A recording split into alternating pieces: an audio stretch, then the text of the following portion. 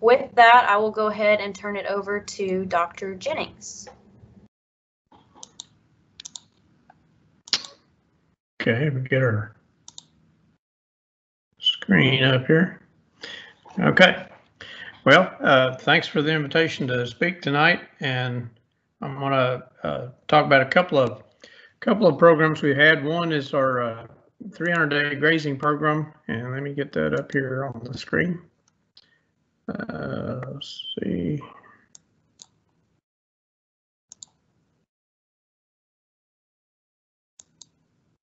There we go.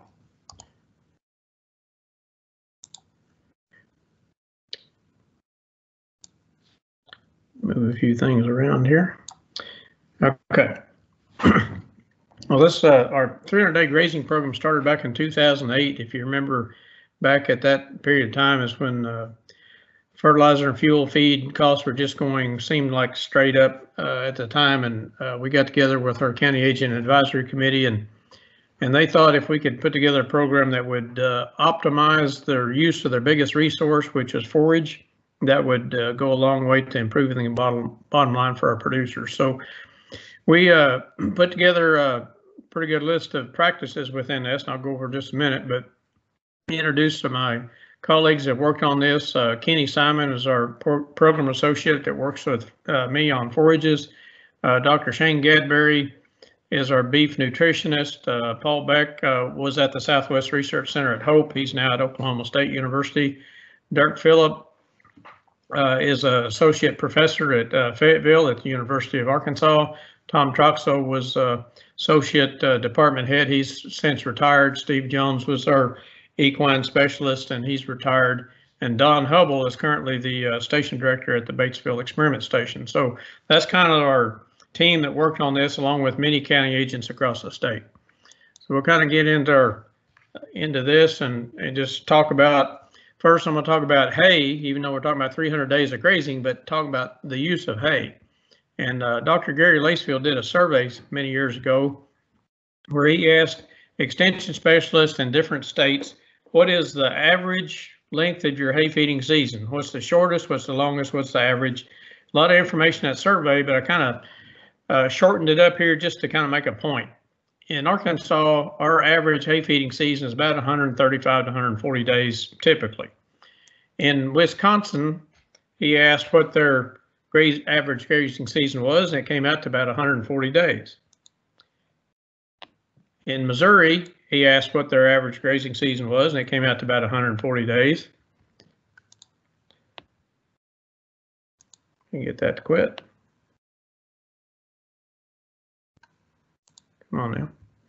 And in Mississippi, it came out to about 140 days. So if you look at the geography from north to south, there's a lot of latitude there and a lot of differences in weather patterns. So if the average hay feeding season in Missouri or Wisconsin can be 140 days, it certainly doesn't need to be that long in Arkansas or Mississippi, or even Texas for that matter. So there's a lot of things we can do with our environment and our forages to extend our grazing season. That's what I want to talk about this evening. So we look a little bit more about the hay production cost. This is a table put together a few years ago where we looked at the typical cost for running a standard disc mower, 10-foot disc mower, rake, baler. Total harvest costs come up to about $22 an acre, and that's just to run the machinery. And then if we put fertilizer cost on that, it comes out to almost $13 a bale of the value of the nutrients that's in that bale, whether we bought them or not. That's about how much nutrients are in that bale. And so if we only get 2 bales per acre, it comes out almost $24 a bale. If we get 4 bales an acre, it drops down to about 18. Now, the thing to keep in mind is the better hay yield that we can get, the higher the yield we can get per acre, the more bales we can spread this per acre harvest cost over, and that makes our hay cheaper. And so if we are going to harvest hay, make sure that we do as good a job as possible. We fertilize it, take care of weed control, anything else we need to do to get a high yield on that, so we don't have to chase as many acres to get our hay crop. And that can make a huge difference in the rest of our forage program, and I'll try to make that clear as we go on. But we look at these costs here. If we've got 4 bales to the acre, that comes out about $18 a bale production cost with fertilizer and harvest. and we carry it to this table here. We got $18 production cost. We could throw in some hauling costs, maybe $1 a bale by the time we haul it to store it and then haul it back to feed it. We got a waste factor there. It could be 20% easily, so there's another $3 to $4 a bale. If we have poor quality hay that needs to be supplemented, that could be, $5 easy enough. And then, so those total additional costs can be about $10 a bale. So that makes hay very expensive. And so what that means is we want to do as good a job as we possibly can with our hay crop. So high yielding hay is cheaper than low yielding hay, and the high yielding hay takes fewer acres, and that leaves us more room for grazing to be able to look at extending our grazing season and think about ways that we can do that. So when we put together the 300-day grazing demonstration program, we factored in several possible forage practices and demonstrations that we could do on farms across the state just to show what options farmers had. And those practices included improved grazing management, which is rotational or strip grazing, using legumes, reducing hay losses during storage, reducing hay losses during feeding, stockpiling Bermuda grass, stockpiling fescue, using winter annuals, using summer annuals, and also we looked at whole farms, what we called whole farms, where we had certain farms that were selected that did several of these practices to actually hit that 300-day mark. And then we had a verification farm on the research station at Batesville, where we did the same practices where we were recommended to everybody else, and we had a herd that we were managing ourselves, and so we could control it a little bit tighter and see if we could make it work. And so that's kind of the layout of the practices that went in the 300-day grazing system. And when we kept track of this, we had over 150 on-farm demonstrations scattered across 50 counties, and we documented over $300,000 in direct savings to the producers that were enrolled in that program. So pretty successful, and some good savings farm by farm and demonstration by demonstration. So I want to start off with a quote here. I thought this was an interesting one. It says, "The farmer who has plenty of grass is the one who will allow it to get started in the spring and early summer. The stock work on the reserves through the hot weather. And then in the fall, with cooler weather and rains, pasture again grows vigorously, and if not overstocked, they get another reserve that makes some pasture all winter. Some pastures keep their stock on pasture all year round, except when snow's on the ground. This is practiced throughout the states of the Central South." That could have been in any newsletter, extension newsletter, in the last 12 months. But that was in the Southern Agriculturalist in 1918. And so a lot of the things we're talking about is not new. Certainly, we're just reminding people of what we used to do and what we know, and try to put it back into practice again. And so we look at the steps toward a 300-day grazing season. We put together a list of 5 steps that anyone can use these steps to determine what will work on your farm, not what we tell you to do, but you go through these 5 steps and you can figure out what works for your farm. And the first point is start with an inventory of your forage base. What do you have currently growing? When is it growing? When is it not growing? And so you know what seasons that you have covered and what seasons where you have forage gaps. Second point, determine what management practices to add to that forage base you already have to increase the seasonal grazing, and so you can extend the grazing on what you already have. A third point, if you have those seasonal gaps, what complementary forages can you add to fill those gaps? And I'll talk about that in the second presentation. And then the fourth point, plan your forage and grazing practices ahead for the year. Once you know what you have, when it should grow, and then figure out which forages can fill those gaps, you can put it on a calendar. And you know at which month, which part of the month, which date that you need to do each individual practice to make sure that it happens. And then the fifth point, monitor and adjust our forages and livestock as needed. Keep some records so we know what worked, we can repeat it, and what didn't work, we can adjust it. So move into the first point, that forage inventory, and knowing what our pasture composition is. That's really simple. We have some inventory sheets on our extension website in Arkansas that you can go to and download that lists nearly every type of forage and weed group that we would expect to find in a pasture. Alternatively, you can take a piece of paper and put it on a clipboard. You can write grass, clover, weeds, and bare ground. And you can start walking across the field. And usually the way we do these inventories, about every 5th step or so, when our boot hits the ground, look at the end of our toe. And if it's a clover plant right there at the end of our toe, we'll tally clover. If it's grass and we can identify the type of grass, we'll tally that. If it's weeds, bare ground, so on. And we try to get 100 points across the field, so the number of points equals a percent. In this particular case, they say if we had grass at 40%, clover at 10%, weeds at 30%, bare ground at 20%, then that gives us a snapshot in time of what's going on in that pasture.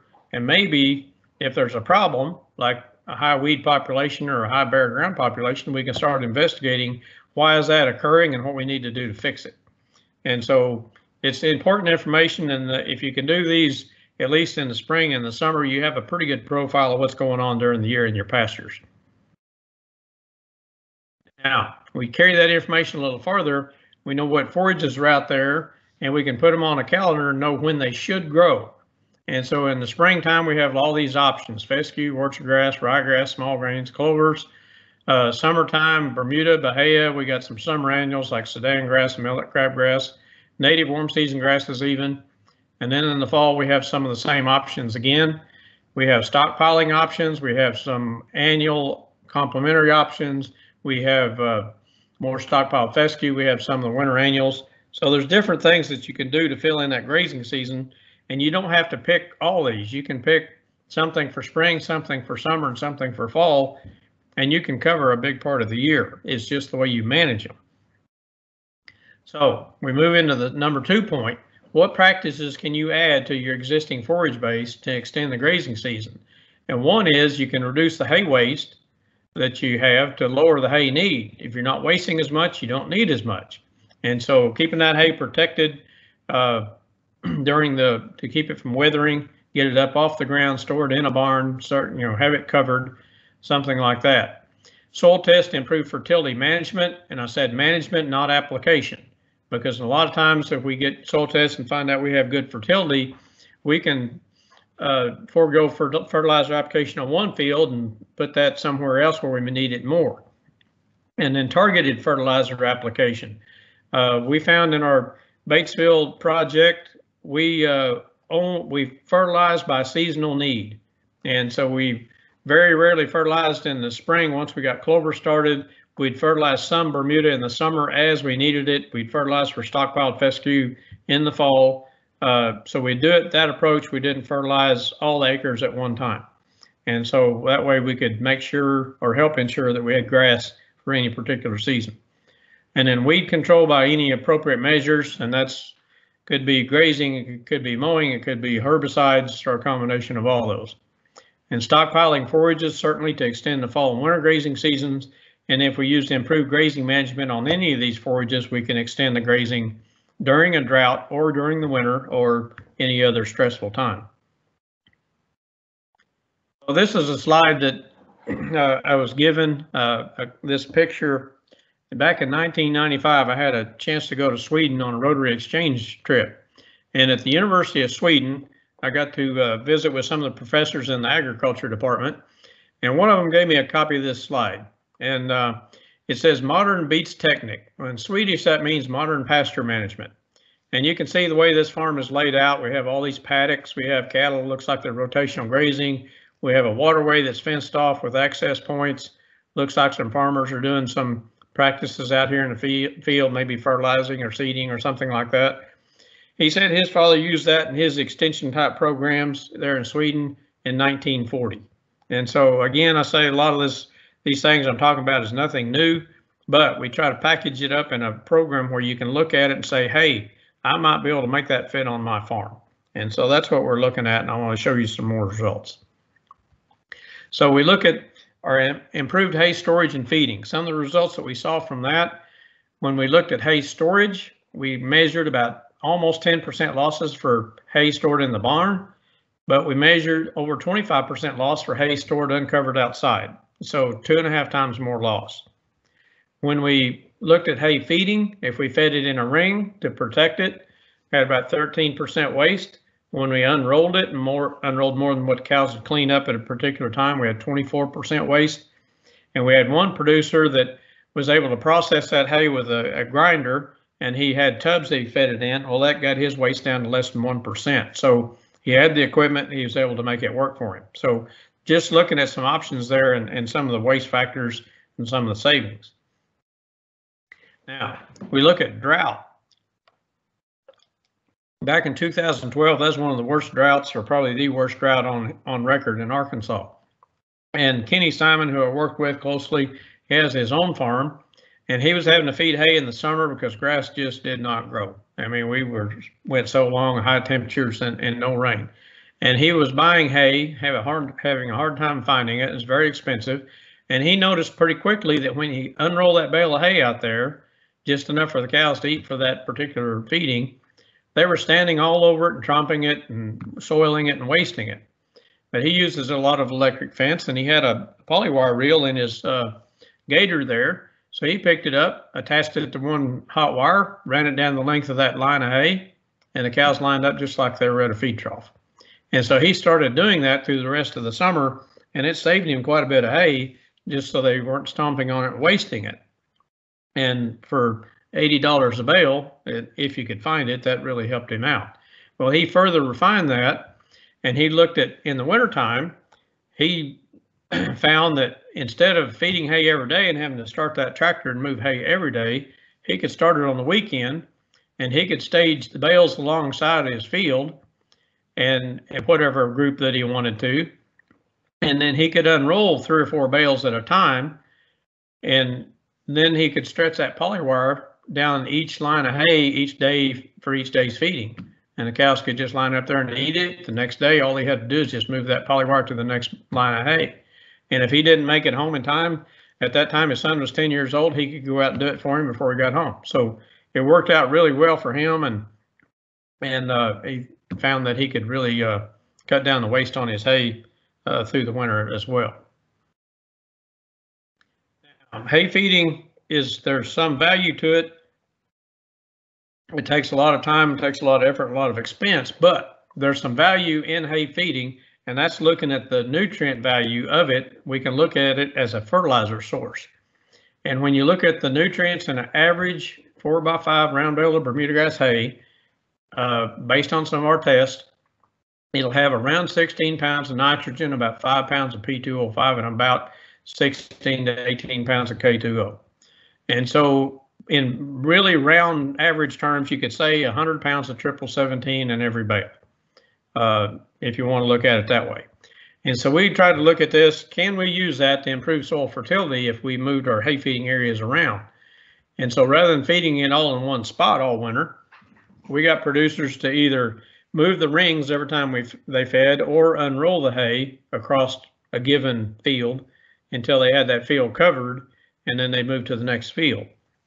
And so some different feeding methods, but we soil tested these fields where they fed hay before the hay feeding season, then again after.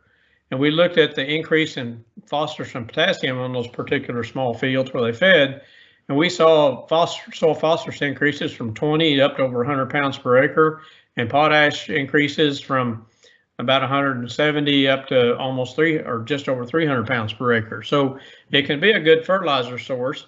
And rather than just feeding in the same field year after year after year, and some people say, well, my fields get too wet. Well, there may be a dry time during the winter time or during the hay feeding period. Feed hay anywhere you have low fertility and use that. And then as it gets too wet or too cold or calving starts and you need to move them to a particular field, you can do that. But start out and try to use that fertility as a resource.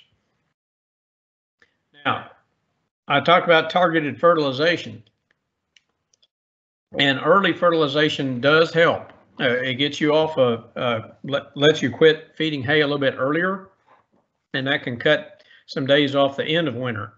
And these slides here kind of make that point. This was ryegrass, a couple of different farms, and typically ryegrass for us really doesn't start growing till late March or April to any significant amount. But these two producers fertilized theirs in the middle of March or middle of February. These pictures were taken, the one on the left side over here is taken March 23rd, And you can see these calves standing in that ryegrass. It actually had already gotten past them, and there's a lot of grass there. There's more than they were keeping up with at that time. You can see this dotted yellow line in this lower left-hand picture. On the right side of that ryegrass is about 10 inches deep. On the left side of that ryegrass is about 3 inches deep. And that line represents where the fertilizer truck missed. And so that's how much difference it made fertilizing that in February and being able to get on that and graze it in March. Now this other picture on the right side, it was fertilized right around February 20th as well. This picture is taken on March 28th. You can see how much ryegrass is there. And that producer had already grazed through that earlier in the month and it had grown back that much. And so early fertilization does make a difference. So you can pick out certain fields where you have these winter annuals, fertilize them early. You can start grazing earlier. You can wait and fertilize the other ones at a more normal time. And that way you target your fertilization and you can extend your grazing through a particular period of time rather than having it all come at one time and you can't keep up with it.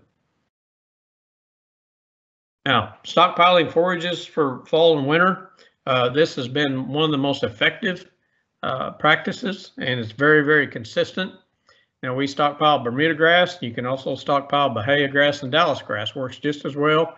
The yields aren't quite as high as Bermuda, but the cows eat it fine, and it holds up fairly well. But our particular set of recommendations is to soil test that field so we know any fertility issues. We'll clean off that old growth by the 1st of August for our conditions.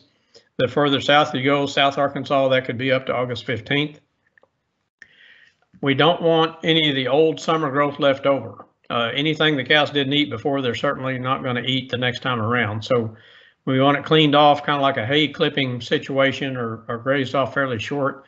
And then we put on 50 to 60 pounds of actual nitrogen in early August for our conditions.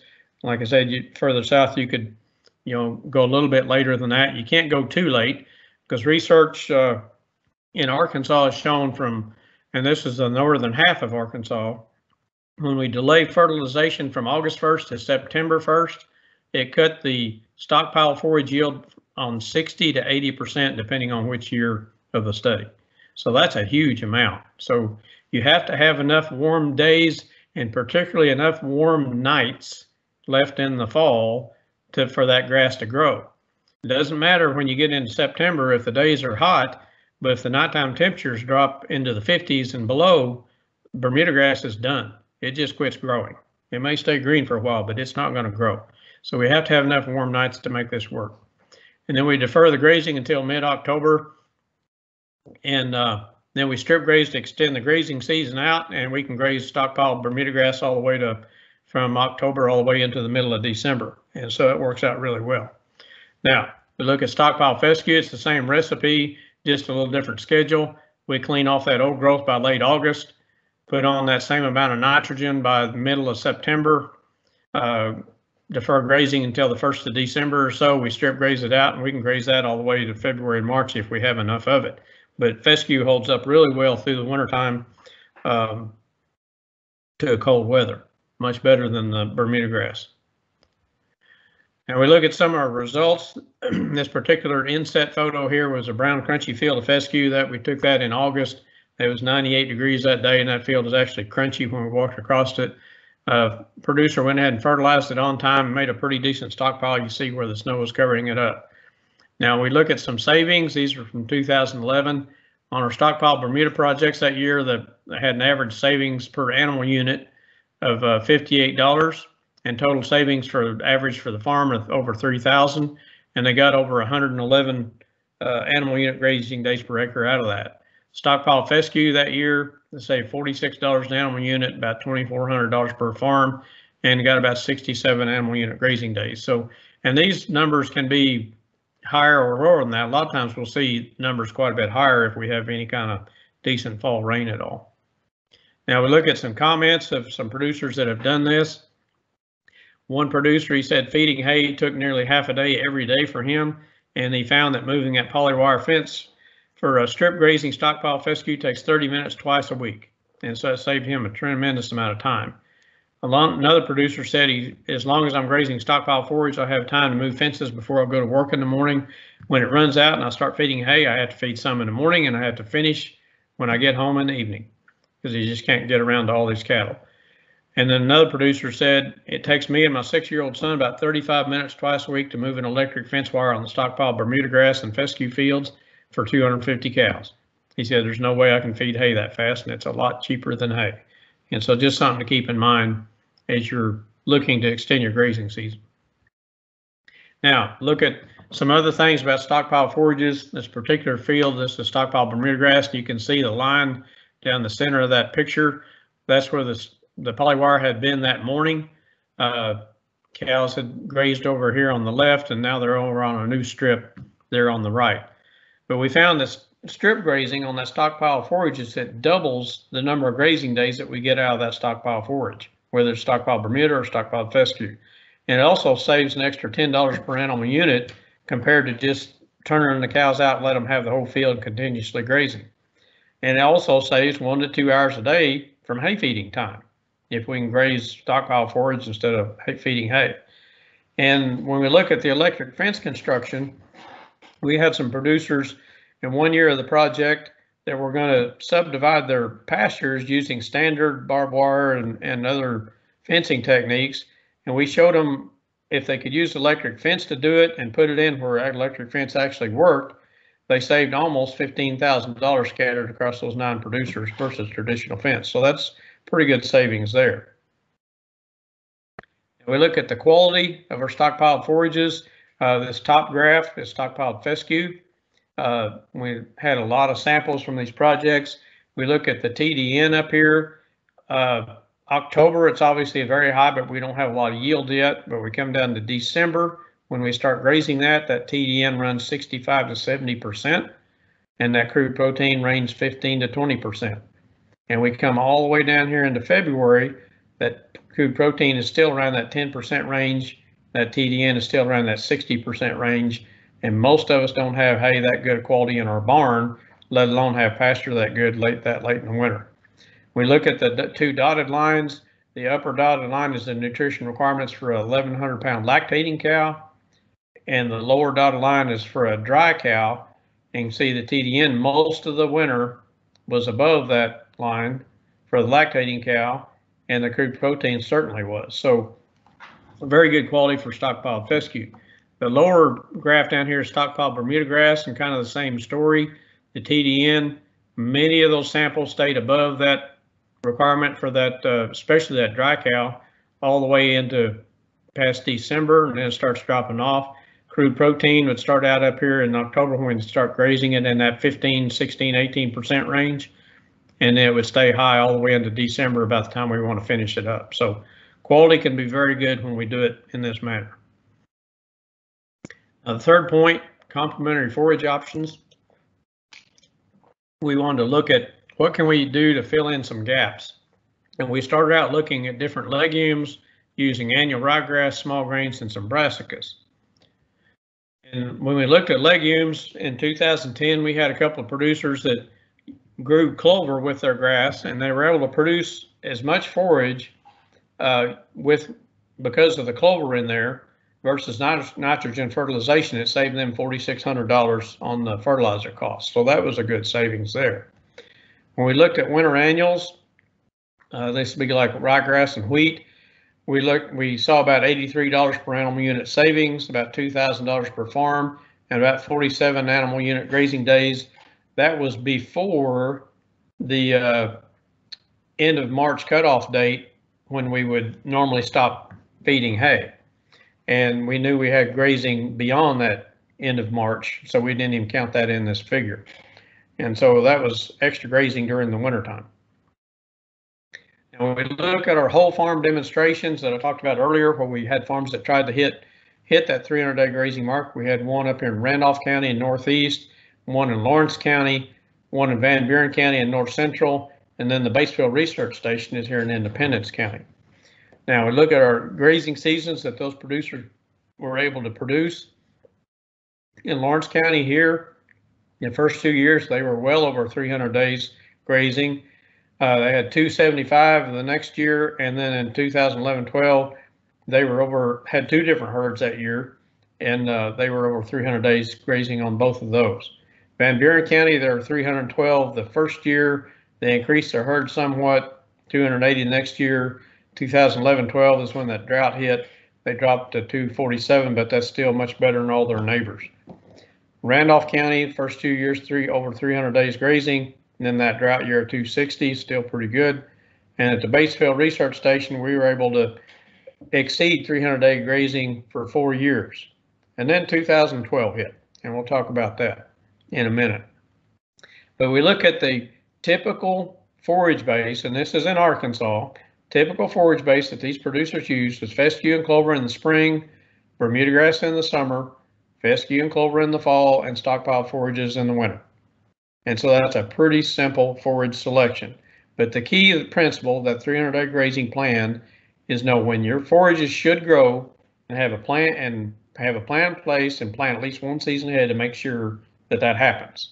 And so we don't want to wait until we get into summer before we make summer decisions. We don't want to wait until fall to get into making fall decisions, because by that point it's too late to do anything. You're stuck with whatever you're going to get. And so we'll kind of talk about what we did at Batesville.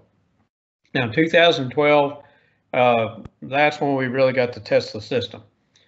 So we get questions all the time, what happens when it doesn't rain? And this was my rain gauge in 2012, and all it was doing is holding up that spider web.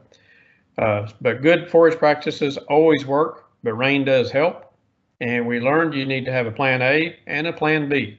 What can you do? And you need to think about this ahead of time if you get into drought and other kind of stressful conditions.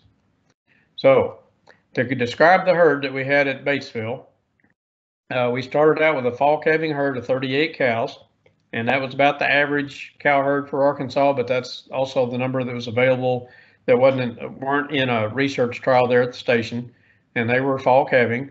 We planned to wean the calves in May. They'd be born there in the fall, September, October, and we would graze those calves. We planned to graze them every year until July to put some extra weight on them after they were weaned.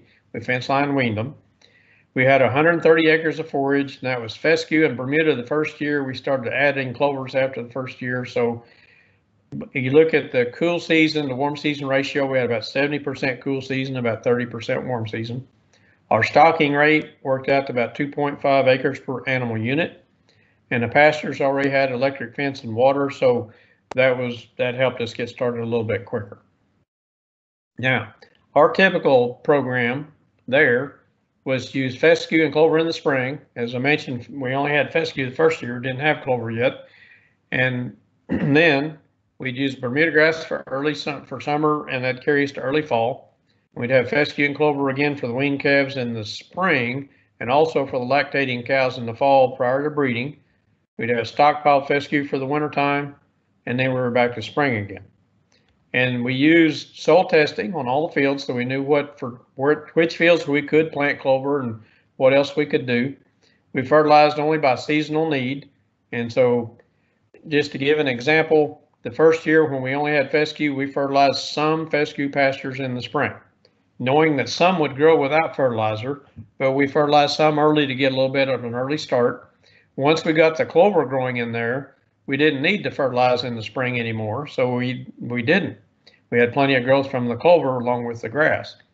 Now the Bermuda grass we'd fertilize is 40 acres. We might fertilize a 10-acre paddock at a time. We never fertilized all 40 acres in any year. We use rotational grazing. We use fence line weaning on the calves. We strip graze the stockpile forage in the winter. And like I said, the first 4 years we hit over 300 days grazing. And then we get into 2012. This picture was taken on June 8th. This was our best Bermuda grass that we had. You can see that calf in the center kicking up dust going across the field. And we made an estimate on that day. If we subdivided every pasture with a hot wire, we might have 3 weeks worth of grazing left at that point.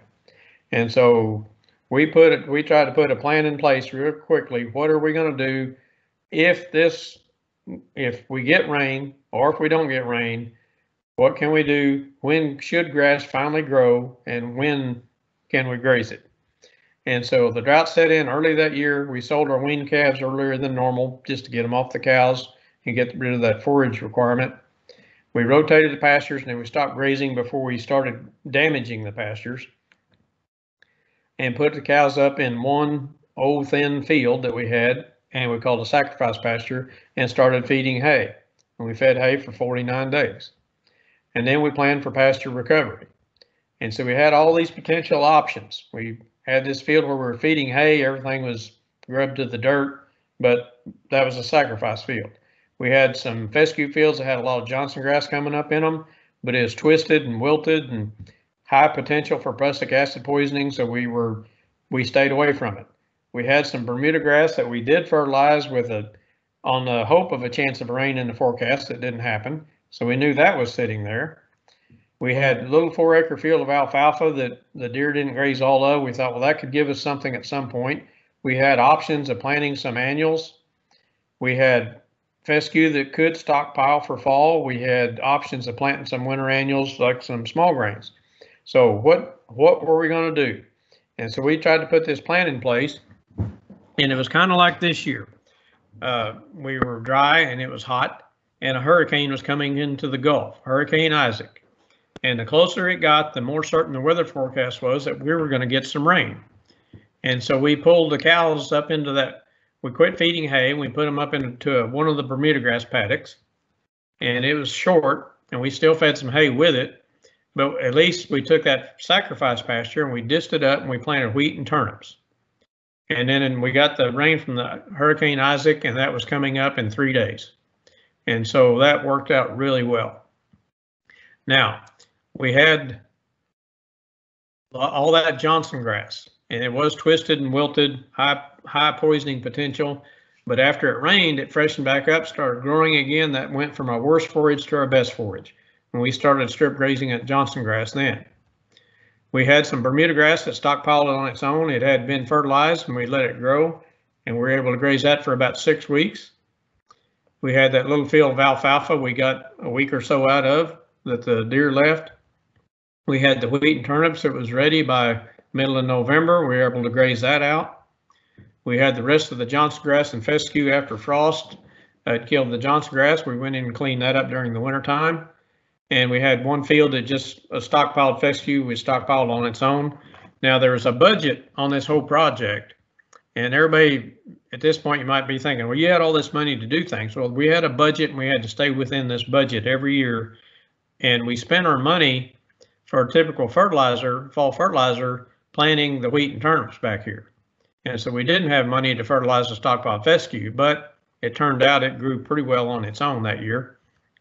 And then we had started feeding hay late in the winter, and this wheat and turnips, we would limit graze that. Plus we had one fescue field that the drought really hurt, and we went ahead and finished it off and planted some wheat in that, and we were able to start limit grazing that in February into March.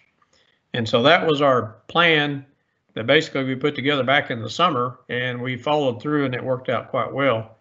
But we fed hay 49 days in the summer. We fed 37 in the winter. That's a 279 day grazing season in the worst drought on record, so we missed it by 3 weeks. That's not too bad.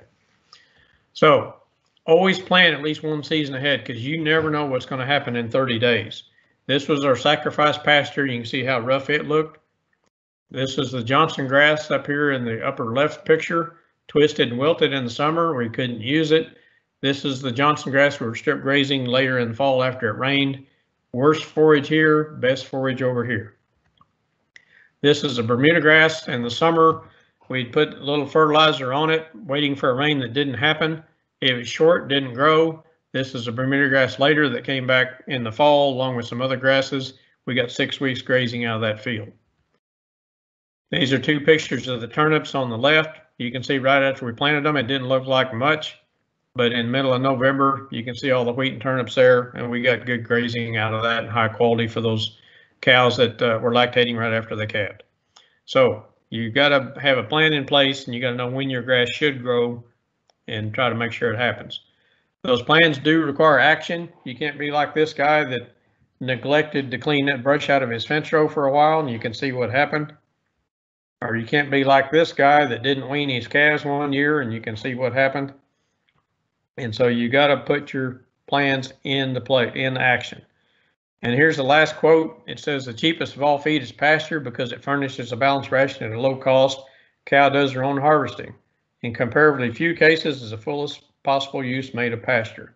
That was in the 1922 USDA Yearbook of Agriculture.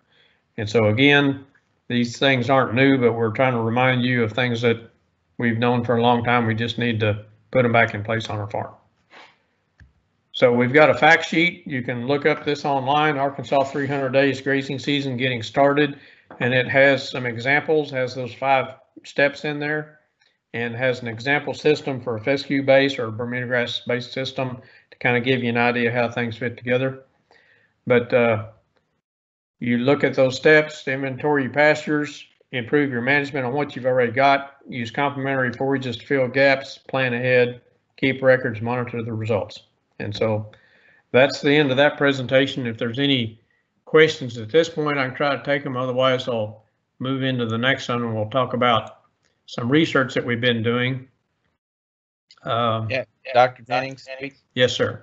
We do have a question on the text chat. It says, okay. About how long without rain does fertilizer last?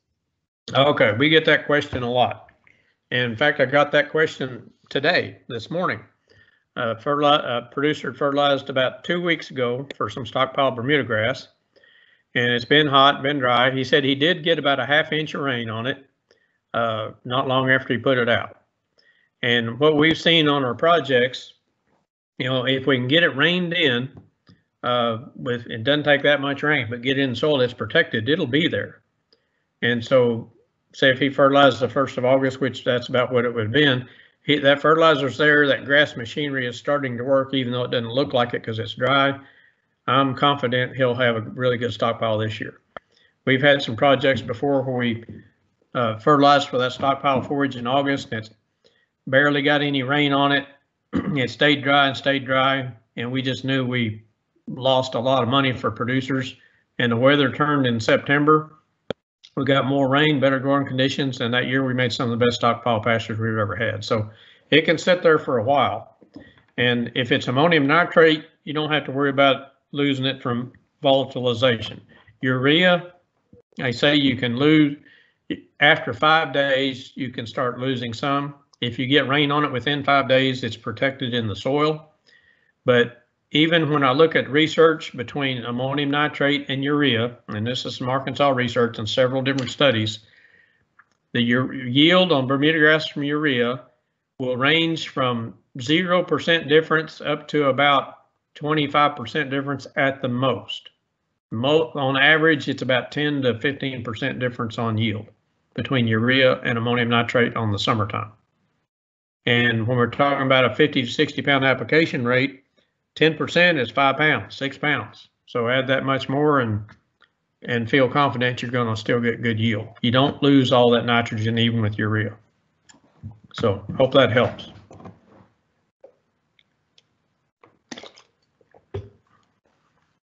Any other questions? Yes, we have another one that says, are there any advantages to using a liquid fertilizer versus a dry fertilizer? Some people will use a liquid fertilizer like UAN, sometimes liquid urea. Those are good nitrogen products and they work. As long as you put on the right amount of nitrogen, they're fine. We get questions sometimes about liquid fertilizers that are sold in the 2.5 gallon jug or the barrel, and the application rates are a quart per acre or something like that. And the testing we have done, those do not work. We have done multiple tests with some of those type products, comparing them with and without traditional fertilizer, and have gotten no forage yield response from those. And so you have to look at what are you calling liquid fertilizer, and you got to put out the right amount of nutrients regardless of what you're putting out. It takes 40 to 50 pounds of nitrogen, and about 10 to 15 pounds of P2O5, and about 40 to 50 pounds of K2O to produce a ton of grass. And that's a fact. And so whatever fertilizer product you use, you got to put out that much or have that much already in your soil. So that's just something you have to plan on.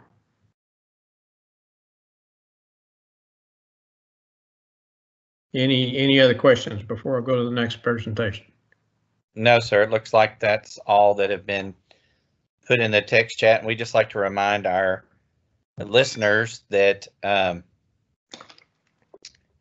if you do have a question, put it in the text chat. And somebody asked about repeating the last statement. It may have something to do with it might have been what you said about making sure that you're meeting the nutrient needs of that crop. Okay. Yeah, it typically takes, 40 to 50 pounds of nitrogen, 10 to 15 pounds of P2O5, and about 40 to 50 pounds of K2O for a ton of grass. If you measure a bale of hay, that's what's in it. And so that came either from the soil or the fertilizer that you applied. And so it's got to be there in some manner. And so you just have to plan that as part of your fertilizer program. So, okay, we'll move into this next topic, and we'll talk a little more about hay, but also on what forages we've been looking at to fill some gaps. And so I'll call this and kind of putting it all together. How can we plug the holes during that seasonal growing season? And we look at a typical forage system like what we might have in Arkansas, where we might have fescue in the spring, fescue in the fall, Bermuda grass that covers through the summer. And for us, that's just kind of typical. And then sometime in October, November, we start feeding hay. We get in the winter, we feed more hay. We get into the late winter, we're really tired of feeding hay. And then we get into spring, we start baling hay. In summer, we bale more hay. We get late summer, we're really tired of baling hay. And then we're right back to feeding hay again. And so we bale hay all summer and we feed hay all winter. The key point is growing a pasture crop takes exactly the same management as growing a hay crop. You just try to do it for each season of the year. And you think of what forages you have each season that you can do that with to make sure you have something for the cows to graze. Now, this is a graph that Paul Beck put together a few years ago, looking at the Arkansas hay production per cow. And he put it on a 5-year rolling average to make this straight line that's in the graph. And we look at the hay production starting back in 1956 all the way up to 1976 or so. That line was almost flat, about a ton to ton and a quarter of hay per cow. And then here in the late 70s, that line started making a very sharp increase, and it just seems to be keeping going all the way up to 2014. Well, if you think about it, what happened in the late 70s? That's when the big round baler became popular. And there's nothing wrong with the big round baler, but when it became popular, we quit putting a lot of our hay in the barn. We were stacking it outside on the ground, uncovered, and we had a lot of waste in that stored hay. And then a lot of waste in feeding that hay. So it takes a lot more. And we were also baling up things that we didn't bale before with a standard baler, square baler, because we didn't have to handle it so much. We had equipment to handle it. And so we bale up some rough stuff that really wasn't very good. And so it takes a lot more hay. And so that's something to think about there too. Now, with our 300-day grazing program, we've kind of modified it. Now we're calling it a new approach. It's about time. And the reason we're doing that, a lot of the practices that I just talked to you about, we've shown they were successful, they were cost-effective saving measures for extending the grazing season, yet some producers just continued to resist changing their management. And the most common comment from producers that didn't want to adopt any of these practices is, I just don't have time to do A, B, or C. And so we started measuring time. How much time are you spending putting up hay? How much time are you spending feeding hay, and so on?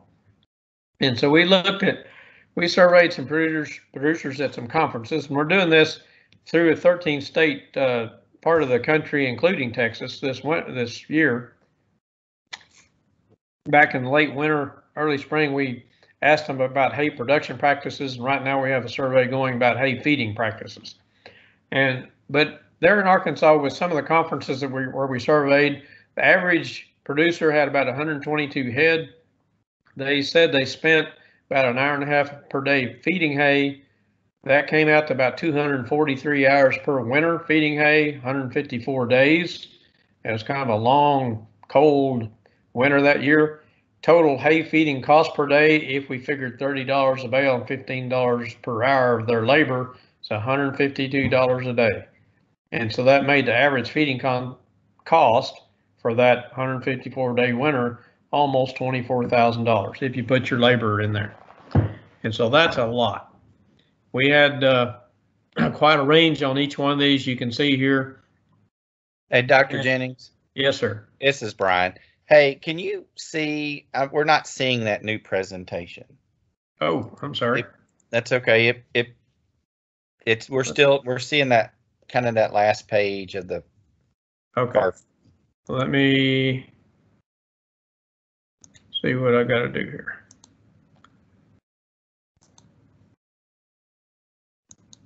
Open the share tray. How's that? Yes, I'm seeing that now. Okay. All right. Let me back up a second here. Okay.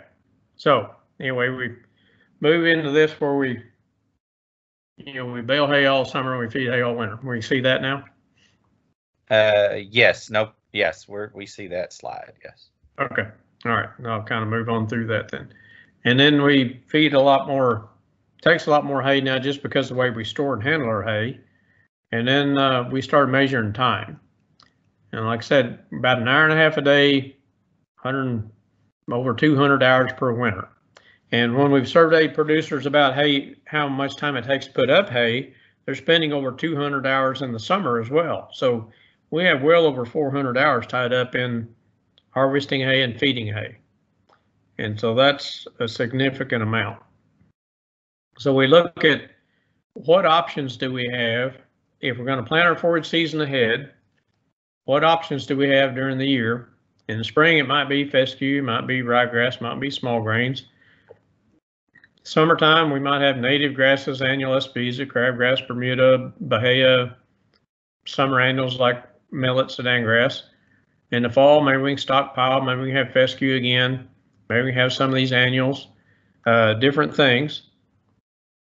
But we look at the stockpile options. Since that's forage that we already have in place, we can stockpile fescue, we can stockpile Bermuda grass, stockpile bahia grass. That's something we can do right there. But that still might leave some holes. If we don't have some of these other forages in here, that might not cover it. And so we looked at what annual forage options can we put in to fill some of these grazing gaps. And I'm going to talk about late summer planting versus fall planting.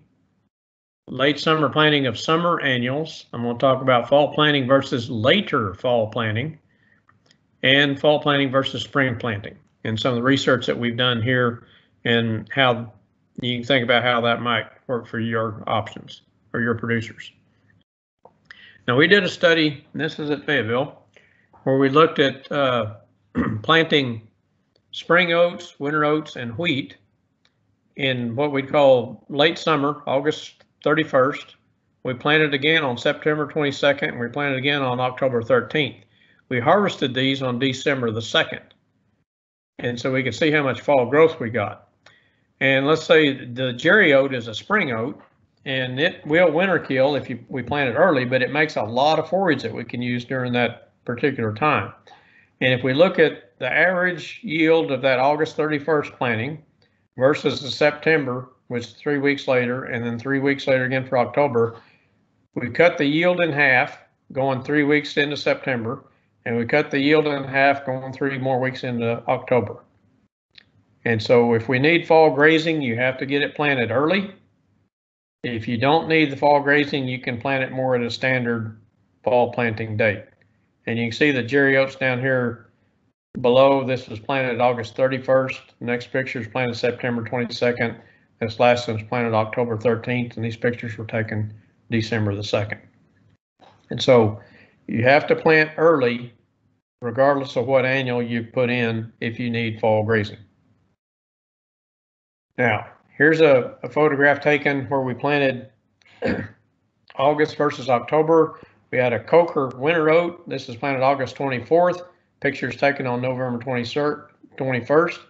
The Coker oat here was planted on October 12th versus August 24th. And you can see it was up, but there was nothing there to graze by November 21st. And so, yeah, it does make a difference. But then we looked at several different forages, what can we put in? And we planted October 24th, October 11th. We look at that spring oat, which is that Jerry oat. It yielded 3,600 pounds of dry matter per acre by the 22nd of November. That's a huge amount of forage. The forage rape, that brassica, was right at 3,000 pounds. The winter oat was about 2,650, about 2,700 pounds per acre. Cereal rye right at 2,000. Triticale was about 1,400. And then it dropped off from there to the wheat and ryegrass. Now, when we waited till October 11th to plant, you see the red bars. None of them, this dotted line across here, represents 1,200 pounds per acre. And that's what Dr. Paul Beck had always told us. We need to have at least 1,200 pounds per acre of these winter annuals before we turn animals out to graze. And when we planted October 11th, we looked at late November, none of those forages hit that mark. But when we planted August 24th, all but 2 of them did. And so again, if you want early fall grazing, you have to plant early. Now, we'll talk about brassicas. And we've learned a lot about brassicas since we first started trying to work with these. And we learned there's some things you can do and get a stand like is what is on the left. And if you ignore those principles, you'll get a stand that looks like what's on the right. And so when we first started trying to plant them, we managed them a lot like ryegrass that we plant in October, and found out that did not work. They have to be planted early. And so in our conditions, we're looking at late August to no later than September 15th. The earlier the better. And we have to have some tillage or sod suppression, either disc that field up moderately, doesn't have to be completely disc, but at least moderate, or sod suppression with a herbicide, and then we can no-till drill. But that is required because brassicas are not good competitors when they're in the seedling stage. We can graze them 40 to 60 days after planting, because once they do start developing, they develop very rapidly. And they also work well mixed with ryegrass. So we can have brassicas to graze in the fall, and the ryegrass underneath will come on and be there ready for spring. We get 2 seasons of grazing out of 1 planting. Now, this is a variety trial where we looked at different brassicas. This is planted in 2013 at Fayetteville, and we looked at either harvesting on October 22nd or waiting till December the 3rd. And this was planted there at the end of August. And you see we had Winford rape, we had Bonar rape, we had our Bonar rape Barsica, we had a Barkant turnip, we had a T Raptor and Pazder, which are hybrids. We had a 7-top, which is a garden turnip, and we had Vivant, which is another hybrid, and Appin, which is another turnip. And you can see with the red bars represents when we harvested in October the 22nd. And their yield range from 1,000 to just over 2,000 pounds per acre, which that's enough to graze if you needed to get on it early. But when we waited till December to harvest, all the forages, all the brassicas yielded over 3,000 pounds per acre, and the Winford rape yielded 5,500 pounds per acre. So that's a tremendous amount of forage from these brassicas potential. Now we'll move on to the late summer planting of summer annuals. And we were thinking about this one year when we were coming back from a conference, and we saw a field where corn had been harvested, and that corn was some of that waste corn that spilled out was coming up out there. You know how you always see that volunteer corn come back, and some people graze that, especially when we get up in the upper Midwest. And we were thinking, why don't we try to do that on purpose? And so we looked at some different options. And plus, we also get the pushback. When we talk about the early planting, like I just discussed, people look at situations like this. This is a winter hawk ryegrass, and that was planted August 24th. And you can see that plot there, and this was taken later in the fall in November. That plot doesn't look like much.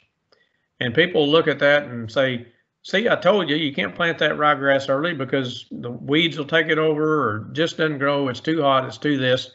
This was on the right side. This was the same winter hawk ryegrass planted in October. And say, see, if I waited till then, I got a good stand. I had just as much forage. And then when we look at the weather conditions, last fall at Little Rock, the Weather Service records showed that for August conditions, the average days over 90 degrees and the days over 95 degrees, 31 days average over 90 and 0 degrees average over 95. Actual last year, we had 20 days over 90 in August and 6 days over 95. And actually those were up about 100. In September, the average is 1 day over 90. We had 19 days over 90 last year and 5 days over 95. So it was just, September was just as hot as August. And so people look at that and say, see, I told you, it's too hot. It's too whatever, too dry to plant these annuals that early. So we looked at these summer annuals because they might take the heat better. Can we plant them at the end of the summer and still get good forage for the grazing? And this is a picture, this is 2018, where we did just that. And you can see some pearl millet here and some sorghum Sudan. This is planted on August the 30th there at Fayetteville. This picture was taken on October 11th, exactly 6 weeks later. And you see how much forage that we were able to make in that short period of time. So we looked at the yields of these. We had a sorghum Sudan, we had a pearl millet, we had a brown top millet, we had a grazing corn, and we had 2 old open pollinated corns that were used before the days of the hybrids. And you can see the yield on all across all of them were statistically different. They range from 2,500 pounds up to 3,400 pounds of dry matter per acre in 6 weeks. And since there was no statistical difference between those, we thought actually that's a good thing because you could pick any one of these and plant them at the end of August and know that you can have a good yield by October to graze. And so that gives you some real flexibility there. And so if you don't want to plant the winter annuals for fall grazing, you have the option of planting a summer annual if you can find the seed, and that seems to be the tricky part. And then you can have ryegrass or something else or wheat for later in the winter. Sod suppression is important on these. Now the yields I just showed you was on a tilled seed bed. These pictures were planted into a Bermuda grass sod. Or the pictures are of a field, and you can see the upper left, that's corn, grazing corn that was planted in Bermuda grass, pretty decent stand of it, and you can see that was about not quite waist tall out there at that particular time, and that's where the sod had been sprayed with a light rate of Roundup and before we planted. This lower picture in the right, you can see a line across that field, and on the left side of that we have a decent stand, or right side, have a decent stand of corn. The left side of that picture, there's very little, if any, corn. It's mostly some crabgrass and Bermuda and foxtail that came back. But what happened right there, we planted, and then the county agent was going to spray the sod the next day before the corn started coming up. And he got part of the field sprayed with a pine of Roundup, and it started raining before he could get back out and finish. So the part that was sprayed, actually, it only had herbicide on it for about 30 minutes before the rain. And then the unsprayed part, you can see how much corn we got, or how little corn we got. And so even 30 minutes of herbicide time was enough to get suppression in that case, and we got a stand of corn. But where we didn't spray, we got no stand. And so it's very important either to use tillage or sod suppression when we're trying to do this early planting into grass sod. Dr. Jennings. Yes, sir.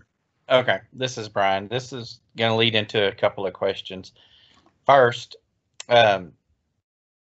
what types of minimal equipment would a producer need to implement some of these practices?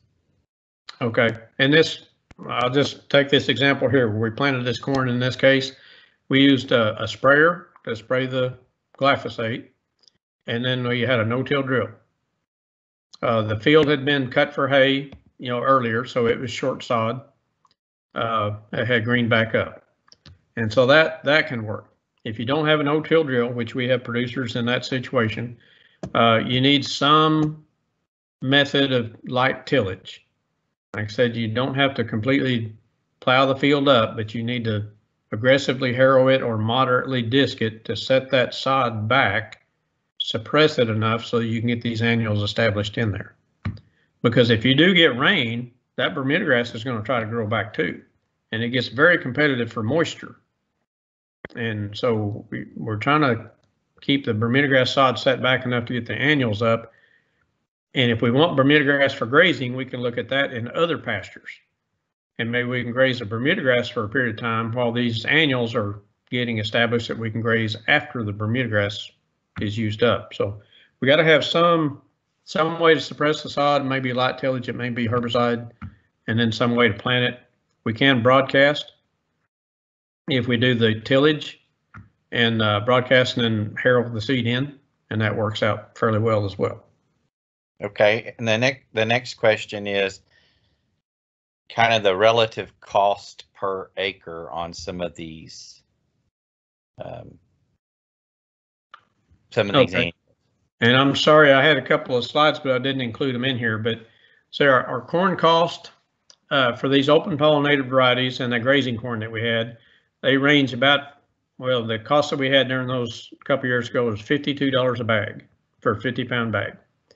And we were planting 40 to 50 pounds per acre. So, you know, $40 to $50 per acre basically on seed cost. The sorghum, sudan, the pearl millet are about $1 a pound, give or take, depending on the year.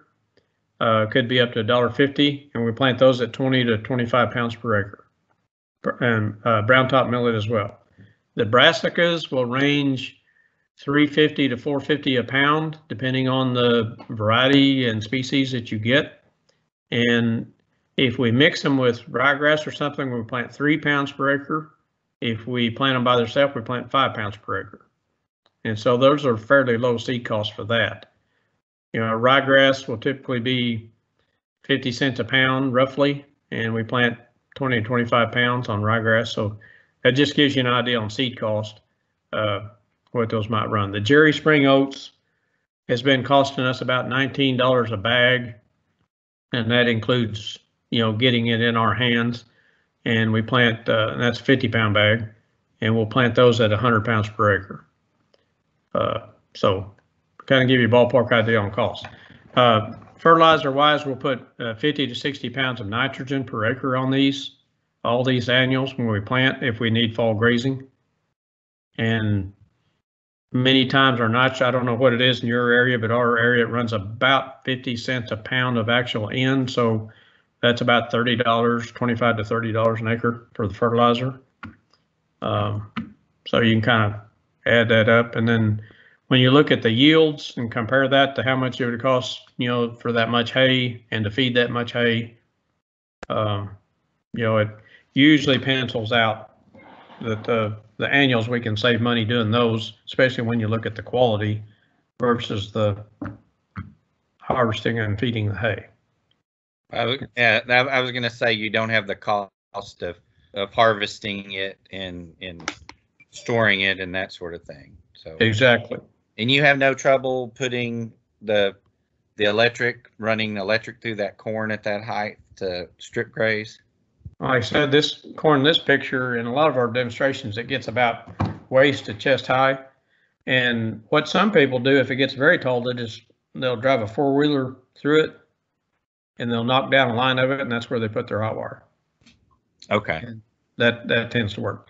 If it's not real tall, they just put a hot wire through it and the cows will find it, and it's not a problem. If they planted it earlier in August, yeah, it can get quite large and it can be tasseled out. And in that case, yeah, you probably want to make a line through it for your hot wire. So there's a lot of depends in there. You know, when did you plant it? How big is it? Okay, thank you. Okay. Okay. Now we'll move into situation where sometimes fall is too dry or too wet, too something, and we don't get planted on time. So what about planting in late November, December, you know, later than what we normally recommend? And so we put together some trials where we looked at that as well. In this particular case, we did this at Hope, Arkansas, which is the southwest part of the state, which would be, you know, getting closer in line with the climate that you all deal with there.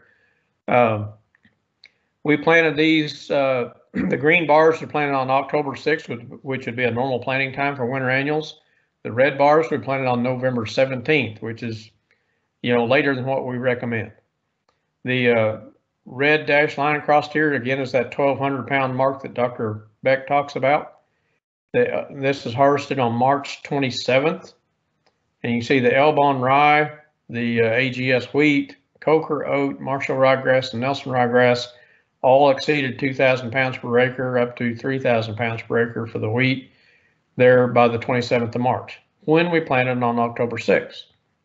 When we waited till November 17th, the yields were about half or less than the October planted version, and for all the forages. And so you can see it did cut the yield. We didn't get as early grazing. Now we harvested there the 27th of March, and we came back and we harvested again on April 27th, a month later. Now the green bars, October planted plots, they came back and yielded close to what they did the first time, but it was a little bit stemmy. The November planted plots, they started really coming on doing quite well, especially the two ryegrasses, because we know ryegrass yields later in the spring than the small grains anyway. And the ryegrass, you could hardly tell where we cut them the first time when we looked at those again in April. And so it gives you an idea, if you plant early in the fall, or normal time, not fall for us, October, you'll have forage pretty early in the spring. If you wait till later, your forage comes on later in the spring. And do you have to do all of either one? No. Maybe you could plant some early and plant some late, and that might help extend your grazing season of these small grains and winter annuals further into the spring than what they might be if you planted them all at the same time. So just something to think about there as far as extending your spring season out just a little bit. So now we'll look at fall planting versus spring planting. And we get this question all the time. We get into February and producers will start asking, what can I plant for a spring hay crop, spring pasture crop, or something? Because back in the fall, it was too dry, too wet, too something. I was too busy. I couldn't get anything planted. And typically we'd say some species of winter annual, but we didn't have a good handle on which winter annuals would be the best, how much yield they would produce, when they would produce it, and so on. So we put together a trial where we planted a Coker winter oat, we had a Winterhawk ryegrass, we planted Jerry spring oat, we planted Elbon rye, we planted AGS wheat, we had Winford forage rape, and Dixie crimson clover. We planted those on October the 11th, and we harvested them on April 19th. This is how the plots looked on April 19th. So the Coker oat, the winter oat, looked very good, just starting to head, perfect condition. Ryegrass just starting to head, perfect condition. The Jerry spring oat, it winter killed, and we expected that. There was a few plants in this plot, and that was all we had. The rest of the plots it all winter killed. Elbon rye was actually too mature. It should have been harvested 10 days or so before this. Same way with the wheat, and you can see the rape and the crimson clover both yielded very well. And that's at a normal planting date in October. Now, we planted the same forages again on March the 9th, but we weren't able to harvest those till May 25th because the being planted in the spring, the harvest date comes much later. It's about 6 weeks later than the fall planted plots. But the Coker oat, just starting to head, good condition. The Jerry oat, since it's a spring oat, it did well, just starting to head, very good condition. Ryegrass just starting to head. Now, what got interesting, the Elbon rye had just a few scattered heads in it. The wheat had no heads in it. The rape was about 6 inches tall, and the crimson clover was about 4 inches tall. And so the small grains is what really opened our eyes or surprised us, I guess. When we talked to our small grain specialist, he said, well, the small grains have what's called a vernalization requirement. They have to have a stimulation from cold temperatures and short days to make them produce a seed head. And some of them have a much stronger vernalization requirement than others. Oats don't have a strong vernalization requirement, and so they headed out normally. The rye and the wheat do. And so our wheat produced no seed heads and the rye was only about 30% or so. And so when we looked at the yields, that really showed. The October planted plots are in green.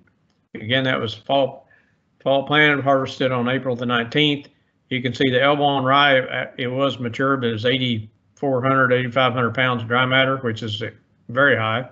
The wheat was 8,000 pounds, but both those were pretty mature. Coker oat was in good shape. It was just under 6,000. The ryegrass, just under 5,000, very good yield. Dixie Crimson Clover, about 4,600. And the rape was about 3,500. Jerry winter oat winter killed.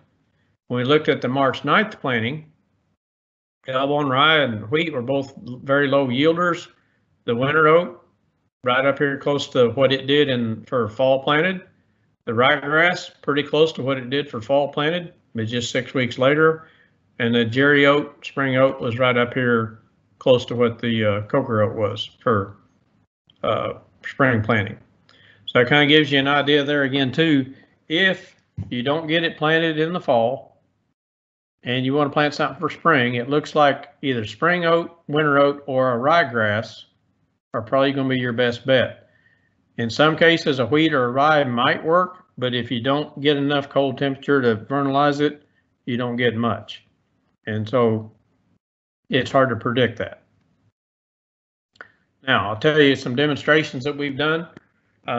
2017 in Yell County, this is west central Arkansas, we had a producer that harvests corn silage quite a bit. He had a field he wanted to put a cover crop on, but be able to use it for forage. And so we had a section of a field, it's a 60-acre field, and we were going to put our demonstration on about 5 acres of it. He went ahead and planted the rest of the field the same way that we planted our demonstration. And we put in Jerry spring oat, Elbon rye, crimson clover at a seeding rate of 65 pounds of oats, 50 pounds Elbon rye, 15 pounds of crimson clover.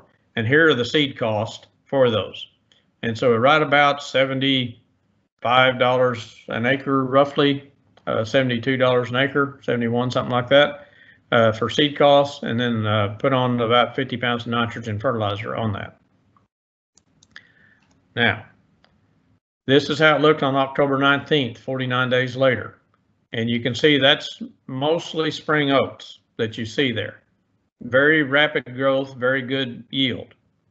Now, in the end of October, he went in and he cut that and used it as green chop because he feeds a lot of calves along with these cows, but he feed a lot of calves. And so he used that as green chop, a very high quality.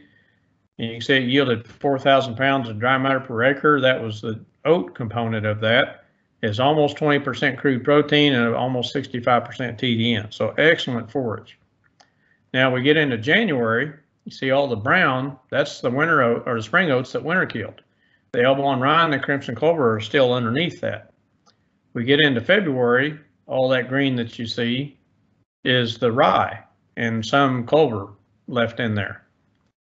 Now, unfortunately, he didn't get to harvest that for spring because that field flooded. There's a river back at this tree line, but it did the purpose of a cover crop and it held the soil in place during that flood. If it hadn't been for that, he would have had another forage harvest off that field. We had another demonstration that year, and this was in the southwest part of the state in Polk County near Mena. And a producer had a field that he'd always used for a corn maze, and he wanted to be able to do something during the rest of the year with that. And he had cattle he wanted to feed.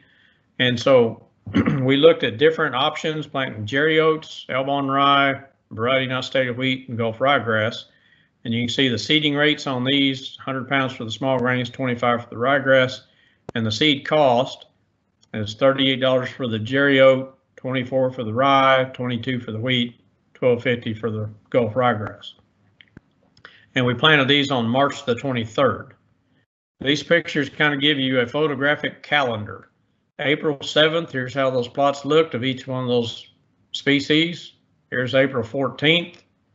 You can see them coming up. April 21st, they're starting to develop. May 8th, we're really starting to come in well. May 15th, we're close to harvest. And they harvested these on May the 18th. The yields came out. The Jerry oats yielded over 8,500 pounds, which is a tremendous yield. 16% protein, 64% TDN. Elbow and rye, 4,000, so about half. Variety nut stated wheat, 3,000 pounds. But again, their quality was excellent, 20s on protein and nearly 70 TDN.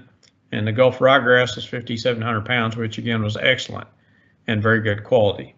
And so they didn't have a problem so much with vernalization on their wheat and rye that we did at Fayetteville that particular year.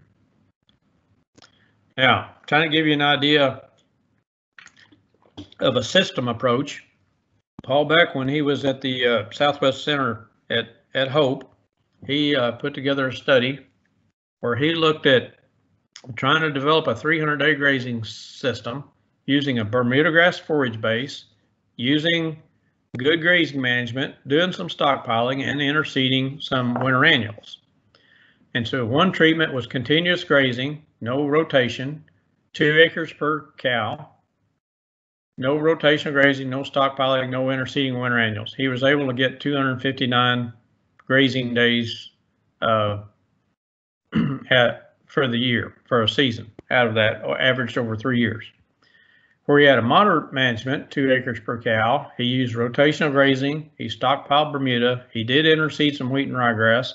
He got 351 average grazing days for the year. In high management, he had 1 acre per cow, and he did all these practices, and he still was able to achieve over 300 days grazing for the year. Now, kind of talk about his approach a little bit. How did he do this? Okay, here's the calendar. Here's Bermuda grass growth for that particular part of the state. It'll green up sometime by mid-May usually, and by the middle of October, it's usually done. Now, back here in early August, Dr. Beck pulled out a 1/2 acre per cow, which is 25% of the pasture for that treatment, and he stockpiled it. So he fenced the cows out of that amount, fertilized it for stockpile. And then when they went on to that stockpile in October, he took another 25% of the acres for a 1/2 acre per cow, and he planted wheat and ryegrass, drilled that in. And then so he grazed the stockpile through the fall. The wheat and ryegrass was ready to go later in the winter, and then that carried him through the spring, and then he was on Bermuda grass by late spring, early summer. Pretty simple approach, 25% stockpile, 25% went into the winter annual mix. Now, what he said he learned, some years the stockpile Bermuda grass might have not quite been ready when they needed it, so they would feed hay for a short time in the fall to let that stockpile Bermuda go ahead and develop. And he said he found that feeding hay in October is a lot nicer than feeding hay out here in January, February in the mud and cold rain and all that. And then sometimes they would feed hay in the late winter. They might be limit grazing some wheat and ryegrass at the time, but feeding some hay along with it to get them to spring. And so that's how that fits together. So a pretty simple base. Here's a Bermuda grass base using another practice on the Bermuda and adding a complementary forage to fill a gap. And here's the percentages of pasture that he did it with. So you look at all these different forages we might have in the spring, fescue, ryegrass, small grains, might have these options in the summer. We got stockpiling, we got brassicas, we got Sudan grass millet. We could plant late. We can plant these different annuals early in the fall. All these different options, but every one of them has that planning ahead period. If we're gonna do these things and make sure we have them for a particular season, you got to plan ahead, at least one season ahead, to make sure you get it put in place, either planted or fertilized or clipped or whatever you need to do to make sure it's going to grow at the next season when you need it. And so that's a very important part of this whole program, planning ahead. So in summary, you got to use your existing forages, but think about how to extend the grazing season of what you've already got. Use complementary and alternative forages to fill gaps. For hay, manage for high yield and quality so you don't have to use as many acres. That saves you from moving equipment everywhere. Think about 1 or 2 forage options that you can put in place this winter, this fall and winter, can reduce your winter hay feeding by 30 days, and then move from there. That's what we use. We try to encourage producers to try one thing, and try to work that in the system, and then add something else, and then add something else as you grow into it. So there's some important forage truths that we've learned. Number one is it always rains after a drought. And people laugh at that, but think about that drought always breaks and grass will start to grow again. You have to be prepared when that happens. If you get behind the 8 ball, you can't take advantage of when that rain does come. You cannot predict the weather conditions 30 days from now, but you can predict your forage practices 30 days from now if you do it in the approach I've talked about. Always plant at least one season ahead. And in case I didn't say it, always plant at least one season ahead. So that's presentations I had. We'll try to answer some questions if we can, if there are any more. Let's see if I can stop sharing there. Okay. Couple of questions. One, do you have a planting chart at University of Arkansas that has seeding rates of, wheat, oats, ryegrass, recommended seeding rates per acre? Do y'all have a chart? I've got some information. I can try to send you that tomorrow. Send me an email to remind me. Okay. And I'll try to put those things together and send them right back to you. Okay, we've had some people ask about that. And just a question on feeding stockpiled Bermuda. Is it best once they're on the Bermuda to try to keep them on it? If you start feeding hay, do they sometimes not eat the Bermuda stockpiled as well? Or if we get that, sometimes people might comment, yeah, my cows won't eat stockpiled Bermuda, but many times we find out it was, they left some of the old summer growth on there, or they tried to prepare the field by brush hogging it instead of clipping it or grazing it down close. And usually when we can brush hog it, we only mow it down to about 6 or 8 inches, and that old growth, the cows won't eat it. They only eat maybe the tender growth above that. But what we've seen, if we set it up the way I talked about, where you start in August with your fertilization, have the field clipped off, and that grows until October when it stops. That's usually very leafy forage, very high quality. Cattle eat it well, especially if we can start them grazing it when it's still green. And even after killing frost, it holds its quality pretty well all the way up until we finally start getting freezing precipitation or something later in December. That's why we always say strip graze it, because Bermuda grass becomes very fragile after frost when the leaves are brown and dry. So if we can keep the cows from tromping all over it before it's time to graze it by strip grazing, that tends to work out really well. And they still seem to clean it up. Like in the pictures I showed, they'll eat it like a lawnmower went across it. So usually we'll graze that out, and then maybe we have to feed hay for a period of time before our winter annuals are ready later in the winter. Or if we have stockpile fescue, we can go straight to the stockpile fescue. Okay, thank you.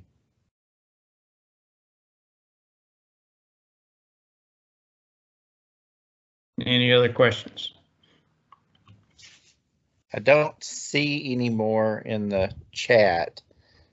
The questions were kind of focused on seeding rates and that sort of thing.